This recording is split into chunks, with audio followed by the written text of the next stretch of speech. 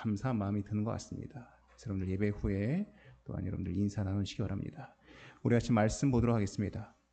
오늘 하나님께서 우리에게 주시는 말씀은 사무엘상 22장 1절에서 2절까지의 말씀, 구약성경 445페이지입니다. 사무엘상 22장 1절에서 2절까지의 말씀 제가 공독하겠습니다. 그러므로 다윗이 그곳을 떠나 아둘람 굴로 도망하매 그의 형제와 아버지의 온 집이 그리로 내려가서 그에게 이르렀고 환난당한 모든 자와 빚진 모든 자와 마음이 원통한 자가 다 그에게로 모였고 그는 그들의 우두머리가 되었는데 그와 함께한 자가 400명 가량이었더라. 아멘. 제가 초등학교 중학생 때 미술학원을 다녔습니다. 그래서 초등학교랑 중학생 포함해서 한 5년 정도 미술을 배웠던 것 같습니다. 저희 어머니가 피아노를 전공하셔서 처음엔 저에게 음악적 재능이 있나 싶어가지고 피아노 학원을 다니게 하셨는데 차마 발견할 수가 없어가지고 그래서 미술학원을 옮겼지만은 거기서도 크게 예술적 재능을 발견하지 못했습니다. 제가 거기서 5년 동안 그 미술학원을 다니면서 알게 된 제 인생에서 중요한 두 가지 사실이 있었습니다. 첫 번째로는 스케치의 중요성입니다. 이 드로잉의 한 종류인 스케치는 이제 그림을 그리기 전에 그 예비적인 착상을 기록하거나 혹은 그림의 밑그림을 바탕으로 하는 것이 바로 이 스케치입니다. 이러한 스케치를 통해서 그 그림의 전체 얼개가 완성되어진다는 것입니다. 그래서 드로잉에서 특히 이 스케치가 어떤 그림을 완성짓는 데 있어서 굉장히 중요한 밑그림이 된다는 것을 그때 알게 되었습니다. 두 번째로 제가 깨달은 것이 있었습니다. 그것이 무엇이냐? 저에게는 창의력이라고는 1도 없다는 사실을 깨달았습니다. 아무리 그림을 그려도 이 창의력이 없는 겁니다. 근데 저에게 또 다른 재능이 있다는 것을 발견하였습니다. 그것이 무엇이냐? 바로 모방하는 능력입니다. 창의적으로 그림은 그릴 수 없지만은 어떠한 드로잉이나 소묘나 그림이 있으면은 그것을 굉장히 유사하게 그릴 수 있는 재능이 저에게 있다라는 것을 발견했습니다. 스케치가 중요하다는 것, 또한 저에게 이 모방하는 능력이 탁월하다는 것은 제 신앙생활에도 고스란히 적용이 되었습니다. 제가 사실 초등학교, 중학교, 고등학교 때 새벽기도, 또한 주일 예배, 또한 부흥회, 또한 시골에 있는 기도원을 찾아다니면서 수많은 말씀들을 들었던 기억들이 있었습니다. 근데 제가 신학대학교에 딱 들어가서 그 모든 기억들을 철저히 지우려고 애를 썼습니다. 그리고 신학교에서 배우는 말씀에 기반한 신학들을 가지고 다시 스케치를 해나가기 시작했습니다. 제가 들었던 이야기는 최대한 잊으려고 애를 쓰고 제가 신학교에서 배우는 정말로 말씀에 기반한 것들로 제 신앙의 밑그림을 그리기 시작했습니다. 그리고 두 번째로는 모방하려고 애를 썼습니다. 무슨 모방이냐? 어떠한 유명한 목사님들이나 어떤 대형교회의 성공 스토리가 아니라 정말로 성경책에 나오는 예수님 이야기, 성경책에 나오는 사람 이야기, 무엇보다 성경책에 나오는 하나님 이야기를 모방하기 위해서 애를 썼습니다. 이러한 말씀 안에서 말씀을 모방하여서 내 신앙의 밑그림을 그리고자 하는 이러한 노력은 저에게 굉장히 유익했던 것 같습니다. 그래서 제가 목회자가 된 이후로 누군가가 저에게 질문을 할 때 제 답의 뉘앙스는 딱 두 가지로 나갑니다. 첫 번째는 무엇이냐? 말씀은 분명히 그렇게 이야기한다. 이거 외에 답은 없다. 이건 타협할 수가 없다. 말씀은 분명히 이렇게 이야기한다. 라는 답과 더불어 저의 또 다른 답은 잘 모른다입니다. 저는 성경에 나와 있지 않은 이야기는 잘 모릅니다. 성경에 언급되어 있지 않은 설명은 전 잘 모릅니다. 전 창의력이 없는 사람입니다. 스스로 이걸 만들어내지 않습니다. 저는 오직 성경에 있는 것만 모방하여서 그렇게 전달할 뿐입니다. 저는 지난주에 이어서 오늘 두 번째로 교회에 대한 이야기를 나누려고 합니다. 이유가 있습니다.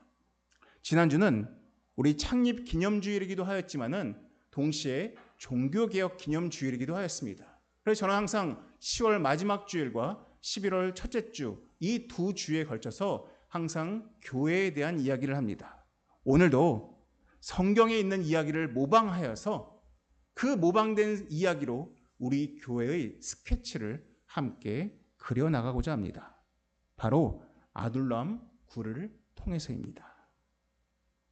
사람이 인생의 정점에 오르는 순간 그 사람에게 스쳐 지나가는 주마등 같은 이야기가 있습니다. 그건 무엇입니까? 과거에 힘들었을 때입니다. 사람이 정점에 오르는 순간에는 내가 과거에 힘들었던 순간들, 내 과거에 고생했던 순간들, 내 과거에 어려웠던 순간들이 막 스쳐 지나갑니다.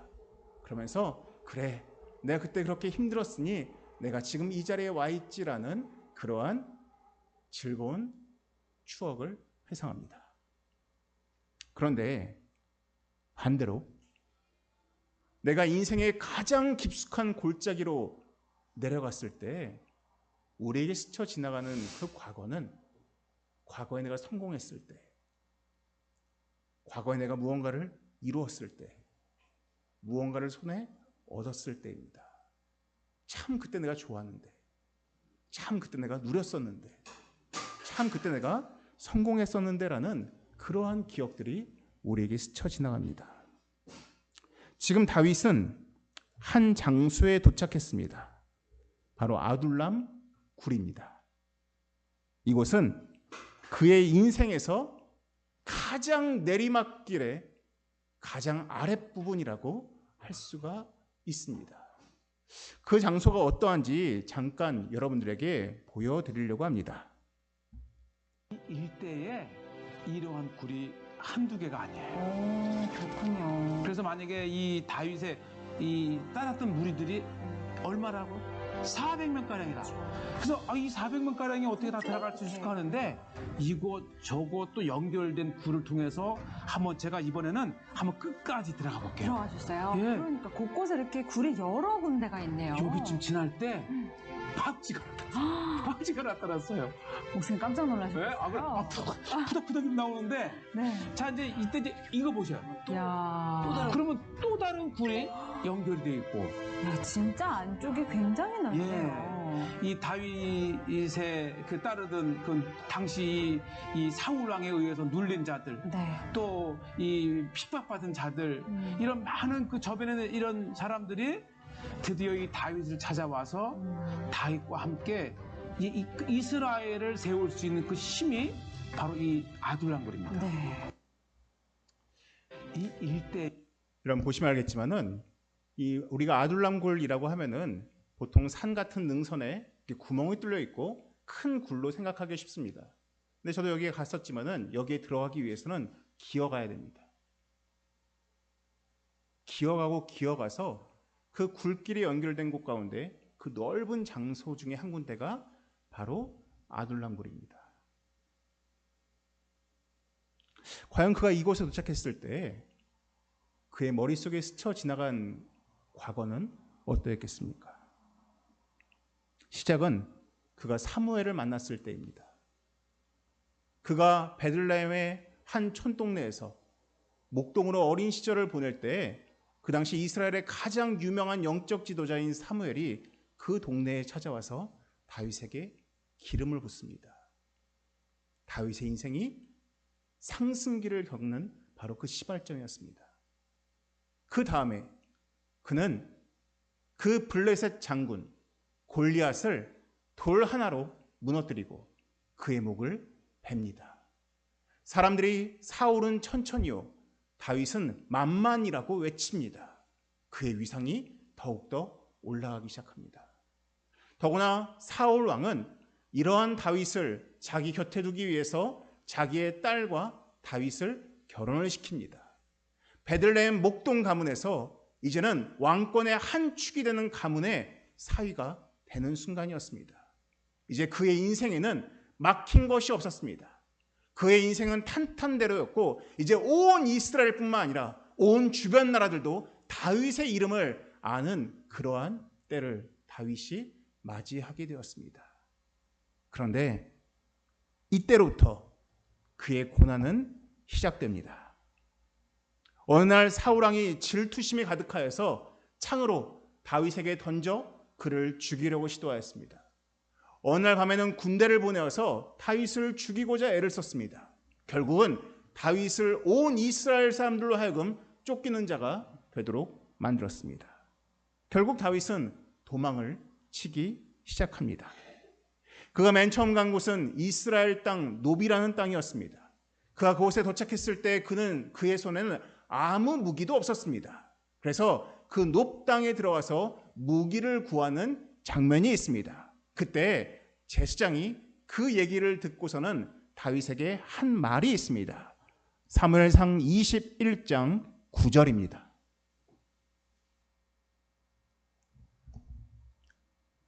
21장 9절 제사장이 이렇게 이야기합니다.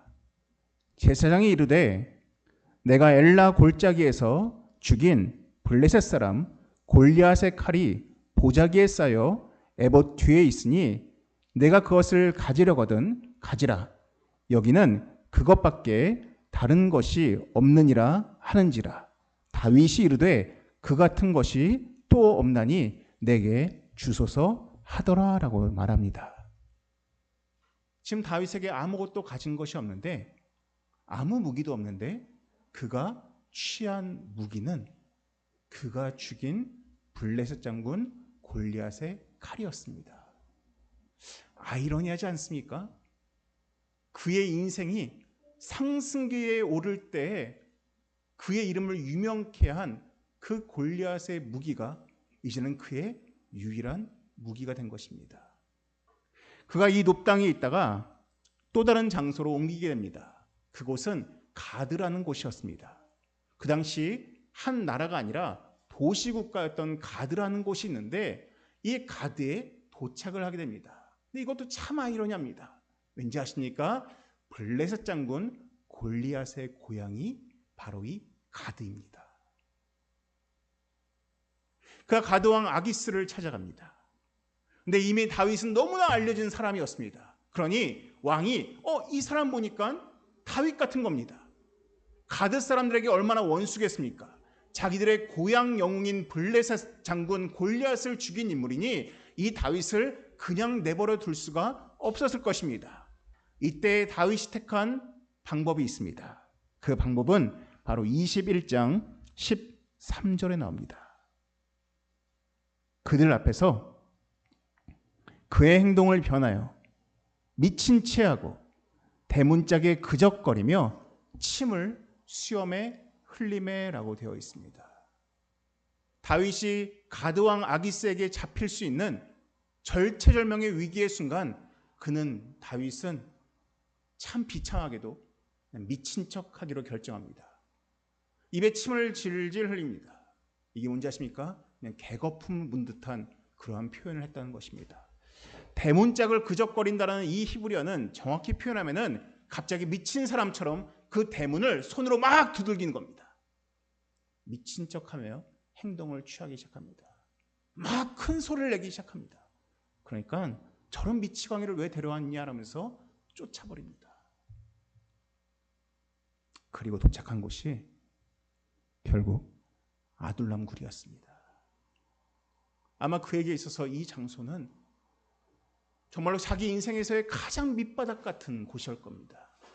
자기가 죽였던 블레셋 장군 골리앗의 칼을 가지고 있고, 자기가 죽였던 블레셋 장군 골리앗의 고향에서 그러한 미친 척을 하면서 도망친 그 모습을 하면서 결국 도착한 곳은 정말 아까도 보았듯이 자기 허리를 숙이고 낑낑 기어 들어가서 숨는 그러한 아둘람 굴이었습니다.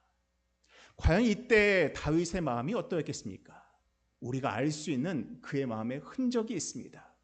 그가 이 굴에 있을 때 썼던 시편이 있습니다. 두 편이 있는데 그중 하나가 바로 시편 142편입니다. 우리 같이 보도록 하겠습니다. 구약성경 905페이지입니다. 시편 142편입니다.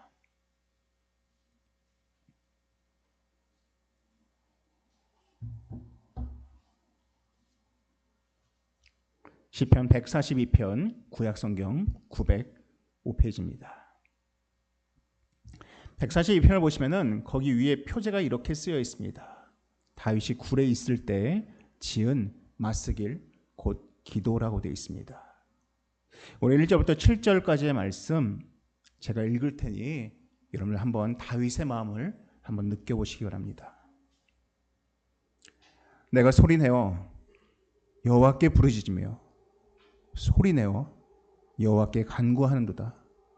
내가 내 원통함을 그의 앞에 토로하며 내 우환을 그의 앞에 진술하는도다. 내 영이 내 속에서 상할 때에도 주께서 내 길을 아셨나이다. 내가 가는 길에 그들이 나를 잡으려고 올무를 숨겼나이다. 오른쪽을 살펴보소서. 나를 아는 이도 없고 나의 피난처도 없고 내 영혼을 돌보는 이도 없나이다. 여호와여, 내가 주께 부르짖어 말하기를 주는 나의 피난처시오 살아있는 사람들의 땅에서 나의 분깃이라 하였나이다. 나의 부르짖음을 들으소서. 나는 심히 비천하나이다. 나를 핍박하는 자들에게서 나를 건지소서. 그들은 나보다 강하나이다. 내 영혼을 옥에서 이끌어내사 주의 이름을 감사하게 하소서. 주께서 나에게 갚아주시리니 의인들이 나를 두르리이다. 저는 이 고백을 보면서 눈에 들어오는 두 단어가 있습니다. 한 가지는 원통함과 또 다른 단어는 비천함입니다. 그토록 그 많은 영광을 누리던 그 다윗이 이제는 마음의 원통함과 비천함과 그리고 고독함이 묻어나오는 그러한 고백을 하나님께 내뱉고 있는 것입니다. 아마 이때 다윗의 가장 필요했던 것 중에 한 가지는, 그를 괴롭게 했던 것 중에 한 가지는 고독이었던 것 같습니다. 4절에 보시면 오른편을 살펴보셔서 나를 아는 이도 없고 나의 피난처도 없고 내 영혼을 돌보는 이도 없다라고 이야기합니다. 또한 7절 말미를 보시면은 의인들이 나를 두르리이다. 즉 의로운 사람들, 선한 사람들이 내 주변에 가득할 것입니다를 소망하는 듯한 그러한 고백이 나와 있습니다. 이러한 고독한 영혼의 외침이 아둘람 굴에 울려 퍼지고 있습니다. 그런데 이 고독한 외침에 하나님께서 응답하십니다. 그것이 바로 우리가 아까 읽었던 본문 사무엘상 22장 1절과 2절에 나와 있습니다. 이 아둘람 굴에서 자신의 고독함과 자신의 원통함과 자신의 비천함을 고백하는 이때에 하나님께서 사람을 보내십니다. 1절을 보시면은 맨 처음에는 그의 형제와 아버지의 온 집이 그리로 내려왔다라고 이야기를 합니다. 그런데 가족만 온 것이 아니었습니다. 2절을 보시면 환난당한 모든 자와 빚진 모든 자와 마음이 원통한 자가 다 그에게로 모였는데 그 수가 약 400명가량이다라고 이야기를 합니다. 히브리어를 보시면은 여기 나오는 환난당한 모든 자라는 이 표현은 정확히 표현하면은 사회적으로 억압받는 사회적 약자를 지칭합니다. 두 번째 나오는 빚진 모든 자란 경제적으로 어려움에 빠진 자를 이야기하는 것입니다. 세 번째로 원통한 자란 히브리어를 직역하면 쓰디쓴 영혼이라는 뜻인데 인생의 쓴맛을 보고 마음의 분함을 가진 사람들을 지칭합니다. 왜 이러한 사람들이 다윗 주변에 모였겠습니까? 이유는 너무나 당연합니다. 왜냐? 여러분들 다윗은 지금 사회적 약자가 되었습니다. 왕에게 쫓기는 자가 되었습니다. 또한 다윗은 가난한 자가 되었습니다. 이제 먹을 것을 걱정하는 자가 되었습니다. 또한 다윗은 원통한 자였습니다. 마음의 비천함과 원통이 가득한 자가 된 것입니다. 그러니 이러한 다윗에게 이러한 마음을 가진 사람들이 모이는 것은 어쩌면 너무나 당연하다고 말할 수가 있습니다. 왜냐? 다윗에게서 위로받을 수 있기 때문인 것입니다. 다윗은 분명 우리들의 마음을 알아줄 것이기 때문입니다. 다윗은 자신들을 향해서 너희들 왜 사회적으로 성공하지 못했냐라고 힐난하거나 너희들 왜 이렇게 원통한 일이 가득하냐라고 비판하거나 너희들 왜 이렇게 가난하냐고 책망할 일이 없기 때문입니다. 다윗에게 오면은 위로받을 수 있고 격려받을 수 있고 또한 함께할 수 있기 때문에 이러한 사람들이 모여든 것입니다. 사랑하는 성도 여러분, 교회가 이러한 공동체가 되어야 됩니다. 교회는 특히 약한 자, 가난한 자, 마음에 원통한 자가 올 수 있는 곳이 되어야 됩니다. 이런 반대적으로 부유한 자, 성공한 자, 또한 마음의 기세가 등등하고 교만한 자는 사실 그들은 어디에나 가도 배척받지 않습니다. 어디를 가도 환영받을 수 있습니다. 어디를 가도 사람들에게 용납받을 수 있습니다. 하지만 이러한 사회적 약자, 가난한 자들, 마음에 원통함이 있고 마음에 비천함이 있는 사람들은 쉽게 환영받지 못합니다. 도리어 사람들에게 왜 너는 그러한 삶을 사냐고 도리어 비난받기가 쉽습니다. 이런 교회 공동체는 이러한 누구나가 쉽게 올 수 있는 그러한 모임, 그러한 집단, 그러한 공동체가 돼야 합니다. 그런데 여러분들, 요즘 우리 시대의 교회는 사실 그러지가 못합니다. 예전에 그 이명박 전 대통령이 나라를 다스릴 때 그때 한창 유행했던 표현 중에 하나가 있습니다. 그게 뭐냐면 고소영입니다. 그 당시 정부 관료들은 다 고소영 출신이어야만 관료에 들어갈 수 있다라는 말이 유행했습니다. 고소영이란 뜻이 무엇이냐? 고대 출신의, 소망교회 출신의 영남 출신들만이 그 청와대 관료에 들어갈 수 있다라는 말이 유행을 했습니다. 제가 그 당시에 그 이야기를 들으면서 참 마음이 씁쓸했습니다. 다른 무엇보다도 교회의 이름이 거기에 들어가 있다는 것이 참 씁쓸했습니다. 이런 오해하지 마십시오. 이런 교회 안에 성공한 사람들이 있으면 안 됩니다라는 것을 이야기하는 것이 아닙니다.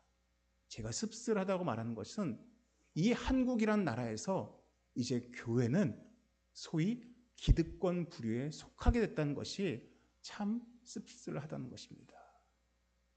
왠지 아십니까? 여러분, 성경을 살펴보면은 교회가 힘이 있을 때는 교회가 연약할 때였습니다.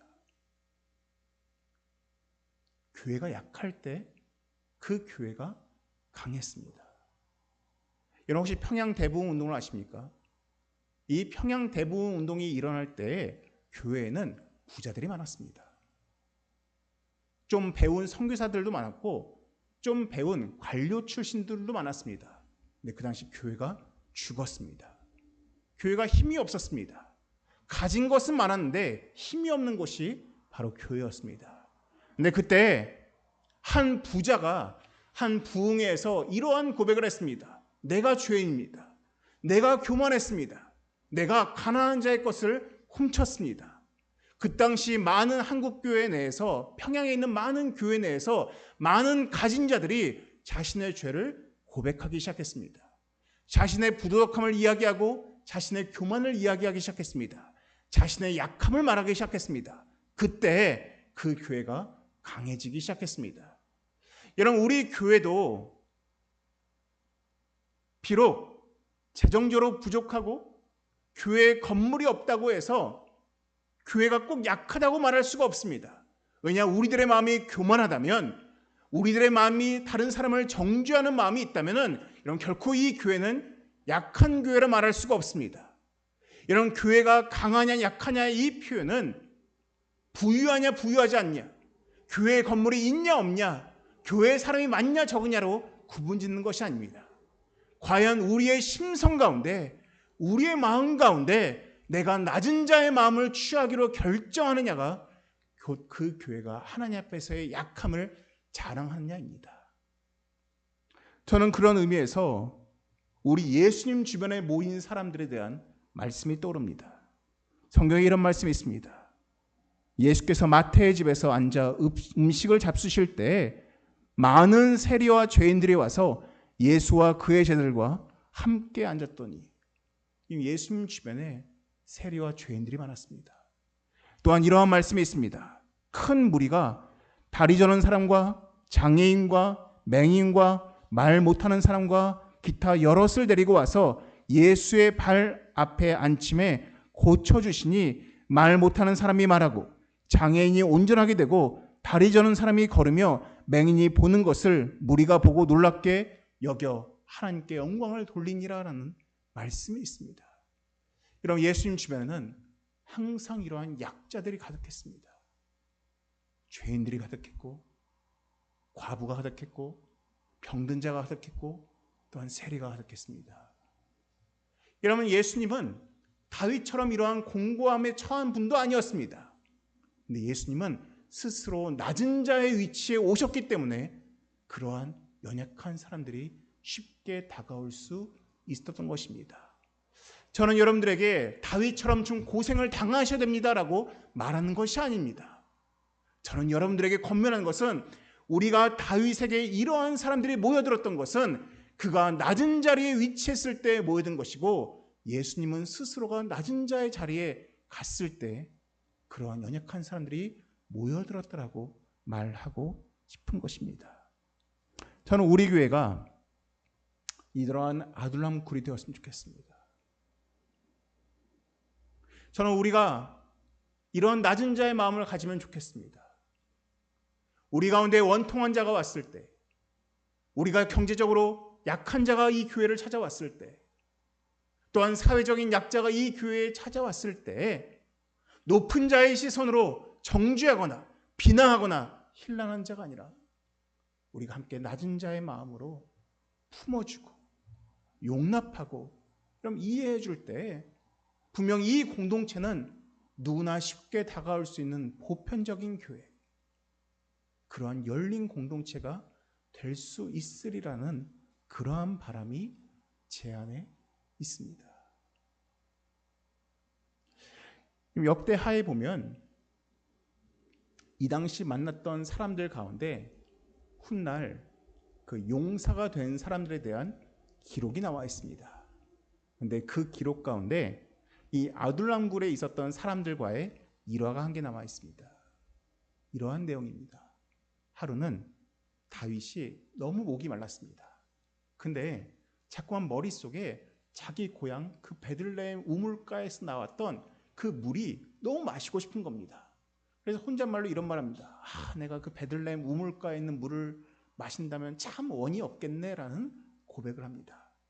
그러자 이 아둘람굴에서 만났던 400명 중에 그 세 형제가 있었는데 이 세 사람이 그 적진을 뚫고 가서 그 베들레헴 우물가에 있는 그 물을 떠옵니다. 그리고 다윗에게 가져다 줍니다. 다윗이죠, 이걸 마십시오. 이걸 보는 순간 다윗의 마음이 억장이 무너진 것 같았습니다.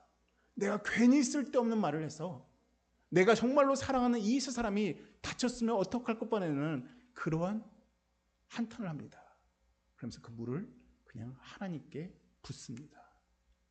그들이 어떻게 그렇게 그러한 끈끈한 사랑을 품을 수 있었겠습니까? 바로 이 아둘람 굴에서 함께 동고동락했기 때문입니다. 저는 우리 교회 공동체가 이러한 사랑을 나누는 공동체가 되었으면 좋겠습니다. 참 제가 지난주에 제가 하나님께 감사했던 내용이 있었습니다. 제가 우리 기억하시겠지만은 식사를 마치고 나서 갑자기 한훈이가 막 걷지 못하겠다고 막 발이 너무 아프다고 했던 적이 있습니다. 그래서 제가 우리 사역을 다 마치고 제가 유나 자매에게 전화를 했습니다. 어떻게 한훈이는 좀 괜찮으냐라고 물어보았습니다. 근데 유나 자매가 지금 택시를 타고 가고 있다라고 얘기하는 겁니다. 제가 좀 생각했습니다. 여기서 집까지 택시 타면 참 요금 많이 나올 텐데 어떡하지? 라는 마음을 잠깐 했습니다. 근데 그 다음 이런 얘기를 하는 겁니다. 혜원 자매가 발이 너무 아프니까 한훈이랑 같이 택시를 타라고 택시를 태워줬더라고 이제 저에게 이런 이야기를 하는 겁니다. 참 제가 이 이야기를 들으면서 방금 말씀드린 그 베들레헴 물을 떠온 그 세 친구가 생각이 났습니다. 저는 우리 교회가 이러한 공동체가 되었으면 좋겠습니다. 다른 사람의 연약함이 있을 때, 또한 부족함이 있을 때 때로는 채워주기도 하고, 때로는 위로해주기도 하고, 때로는 격려해주면서 함께 세워나갈 수 있는 그러한 공동체가, 그러한 아둘람 굴 교회의 그러한 모습이 되면 좋겠다라는 바람이 있습니다. 사랑하는 성도 여러분, 우리 교회가 그러한 교회가 될 수 있도록 항상 낮은 자의 모습을, 마음을 취할 수 있는 그러한 성도들 되시기를 주님의 이름으로 축원합니다. 기도하시겠습니다. 사랑의 많으신 하나님 아버지, 참으로 우리 가운데 연약함이 있습니다. 우리 가운데 부족함이 있습니다. 참으로 때로는 우리 가운데 원통함이 있고, 경제적으로 어려울 때도 있고, 또한 사회적으로 힘듦에 처할 때도 있습니다.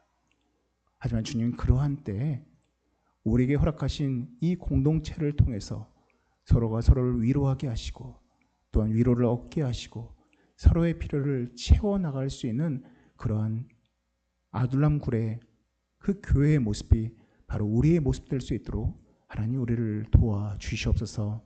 하나님, 그리하여서 이 교회 가운데 강한 자만 모이는 것이 아니라 약한 자도 언제나 쉽게 다가올 수 있는 그러한 교회가 되게 하여 주시옵소서. 이 모든 말씀 예수님의 이름으로 기도드립니다. 아멘.